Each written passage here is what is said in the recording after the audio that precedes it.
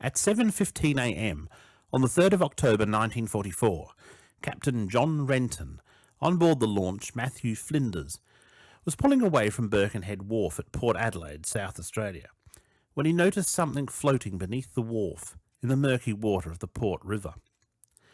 It was something wrapped in blankets, the shape and size of which prompted the captain to phone the police and report it. Constables Dack, Morris and Lehman arrived soon after on a police boat and saw a pair of legs sticking up in the water, with the rest of the body laying over a crossbeam underneath the wharf. With help from Renton, the policeman managed to throw a rope around the body and towed it to a small beach at the end of the wharf. A police photographer made a pictorial record of the body as it was found at the water's edge. A small hessian bag had been tied over the head, a red blanket folded around the body, and a grey blanket draped over the head and down to the knees. Around the neck, a small hempen cord was coiled 6 times, 2 of the coils deeply embedded in the flesh. It was then tied off in a knot, and the other 4 coils were looser and tied off in a reef knot under the chin. Around the waist was a piece of ship's electric light flex, and more cord tied around the thighs. All of these had been expertly tied with knots used by seafarers. The body was then moved to higher ground and the cords and coverings removed. The body of an Asian man, probably aged in his 30s, was revealed. At first glance, he appeared either Chinese or Javan. The dead man was dressed in a fawn-coloured pullover and 3/4-length navy trousers, similar to those worn by sailors. The body had no shoes or socks or hat. His watch had stopped at 2:35. Clasped in the arms were 2 massive ship's spanners to weight down the body. The cause of death seemed to be bludgeoning. The man's head was severely damaged, with several scars on the top of the head and another across the temple. After the man had either been strangled or been bashed to death, 2 large flathead nails had been driven their full length into the skull, one just above the right ear. The nails were 4 inches in length and would have required the use of a hammer to have gone in so deep. The nails were found to resemble those used to build cattle pens on board ships in Port Adelaide. When found, the tide was receding, and it was possible the body had been dumped higher up the river and floated down on the current. A local told police he had seen something floating in the river near our outer harbour 4 days before. Due to the weight of the spanners, it was thought the body was probably dumped overboard from a ship. Because of this, police were confident they would be able to identify the dead man. All ships were required to report any missing crew before they departed, and all sailors were fingerprinted the first time they arrived in an Australian port. Taken to the morgue, the man was quickly identified as Li Pao Sung by comparing his thumbprints. He was a 44-year-old sailor from Ningbo in China, one of the busiest ports in the world. It was believed to have deserted his ship, the Helga Moller, in early September, just before it sailed on the 7th. It was discovered that not 2, but 3 nails had been driven into the man's brain, and a small bone-like object 1.5 inches long with a ragged edge, later identified as sheep bone, was found on the body. These, along with the way the cord was tied, suggested to the investigators that there could be a ritual element to the killing, possibly linked to a Chinese secret society. The 3 nails were found in a roughly triangular pattern. A Royal Australian Air Force officer who had been stationed in India ventured an opinion that followers of a certain political party had adopted an equilateral triangle as their secret sign.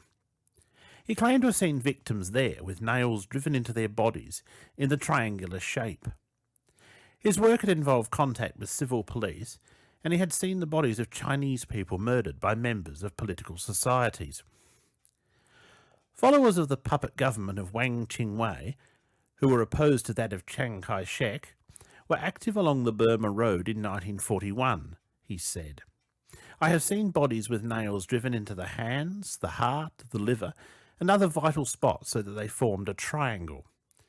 This was the sign of Wang Qingwei.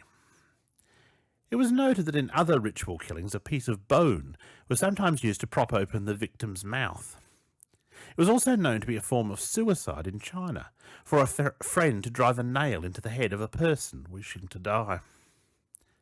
An unnamed expert on Chinese superstitions dismissed the notion that the killing was linked to political parties, and instead claimed that driving nails into the head was to keep demons out.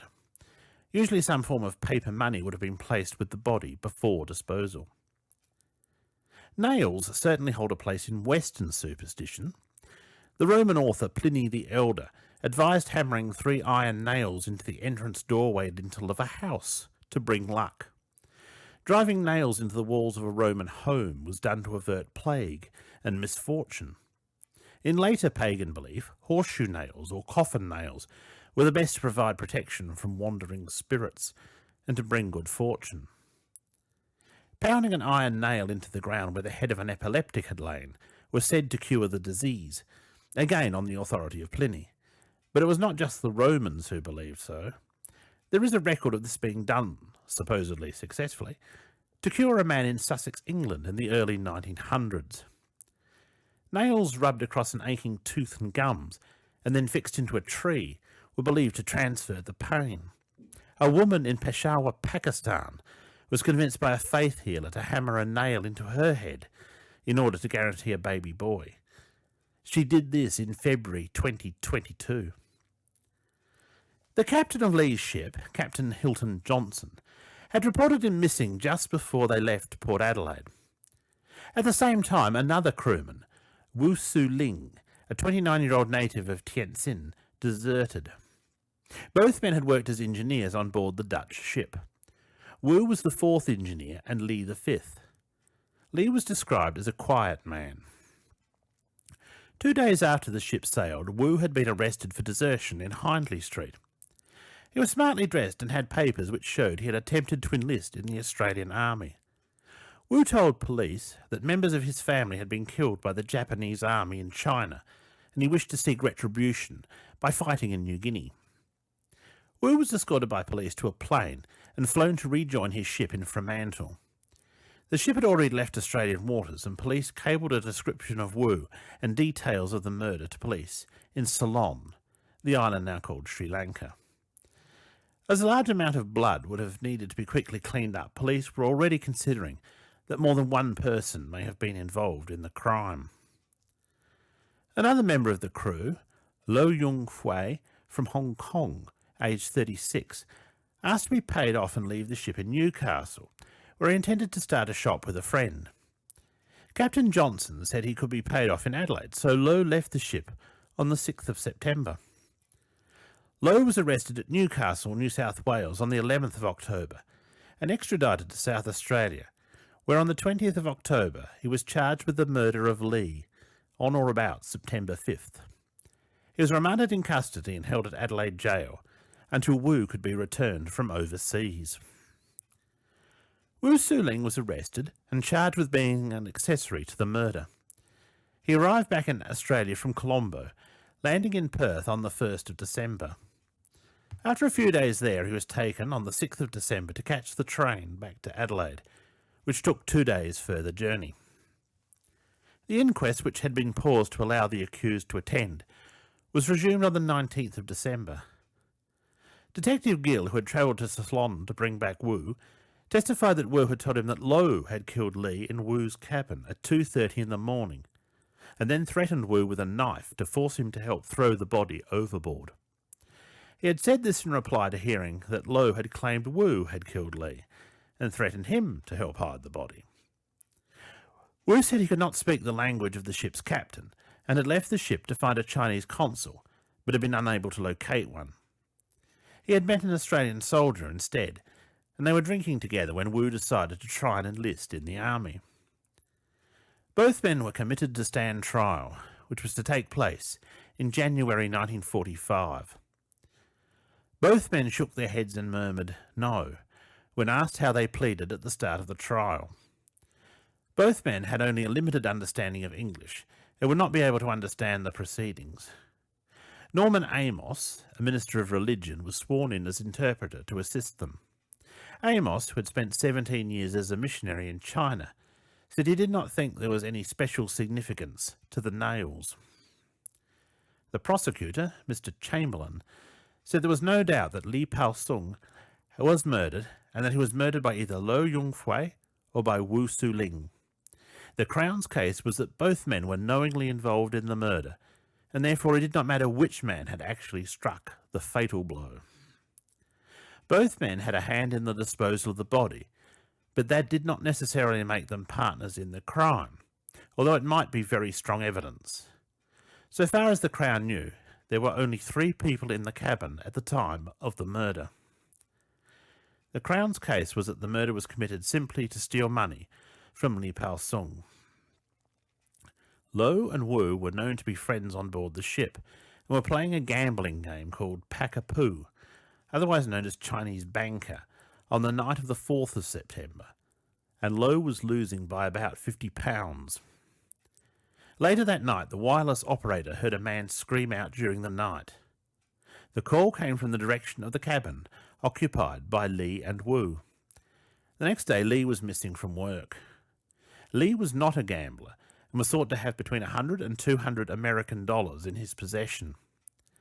None of the money had been found in the cabin or on the body, although the money belt he kept it in was found on the ship in Colombo, slashed open. When Lo left the ship, he was paid £39. He repaid a loan of £10 to the second engineer, Errol Strelly, meaning he should have had £29 at that time. A fellow traveller noticed with some surprise the large roll of banknotes which Lo actually had when he purchased a railway ticket. Wu had given an account of what had occurred to Captain Johnson when the ship reached Colombo. He said he had asked Lo if he wanted to go ashore, but Lo was on duty and he said he had no money anyway. Wu went to the cinema in Adelaide and returned to the ship in the evening. He had woken up to find Lo in the cabin at about 2 a.m. He discovered that Li's body had been tied up, and Lo threatened, "Don't make noise or I will kill you too." He was then forced to help throw the body over the side of the ship. It was only about 15 feet from the cabin to the side of the ship. The captain wrote it down, and Wu signed it. Asked how Lo and the murdered man got on, the captain replied that they appeared to be on good terms. Lo said that he had seen Wu holding 3 nails, and Wu had said he was going to kill Li. When asked why, he had replied it was because of a family feud. Lo claimed Wu had joined the ship specifically to get Li, because of trouble he had made with Wu's relatives. Lo had then later seen Wu in blood-stained clothes, which he changed out of, and threw overboard. He claimed Li was already dead when Wu asked him to help dispose of the body. A piece of iron he had used to kill the other man laying on the floor, and the hessian bag covering Li's head. Wu, in turn, claimed that Lo had killed Li because he alleged that Li had killed his brother. When sworn in, Wu said he was a Roman Catholic, married, and had been a seaman for 9 years. He had joined the ship in Calcutta in 1943, his previous ship having been sunk by the Japanese in 1942. Lo said he was married and had 2 children. He had joined the ship in 1940 and worked as the captain's personal servant. Lo claimed Wu had come and sought his assistance to dispose of the dead body, saying that Lo was his friend and that if he did not help, then Wu would kill himself.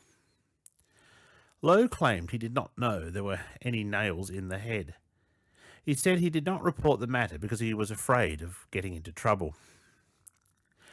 The jury were left with the puzzle of deciding if both men acted together, or if only one was guilty of murder, and if only one, then whom? In his summing up, the Chief Justice told the jury the evidence implicated both. The jury spent only 38 minutes in discussion before returning with the verdict. Both men were acquitted of murder. Although acquitted, they were not free. They now faced a charge of conspiracy to defeat the course of justice by disposing of the body. They were found guilty of this crime, and Lo was sentenced to 3 years and 9 months jail. Wu received a sentence of 4 years. Upon hearing this, he exclaimed that justice had not been done, and he wished to be shot. Lowe received a lesser sentence because of the time he had already spent in jail awaiting trial. Presumably the two were deported from Australia when their sentences had been served. The reason behind the 3 nails being hammered into Lee's head was never explained. Bizarrely enough, another case of a Chinese man with 3 nails in his head was brought to public notice in 2014. A 69-year-old man from Fujian province attended hospital in December 2013 with 3 4-inch nails in his head. He claimed he had hammered them in himself, but doctors doubted he could have done so. After 3 months' recuperation in hospital, he left fully recovered. Lee Pao Sung's body was laid to rest in Cheltenham Cemetery, Adelaide, on the 6th of October 1944, amongst other seafarers. Each year on the second Sunday in July, a service is held to remember all these mariners who, like Lee Pao Sung, died far from home.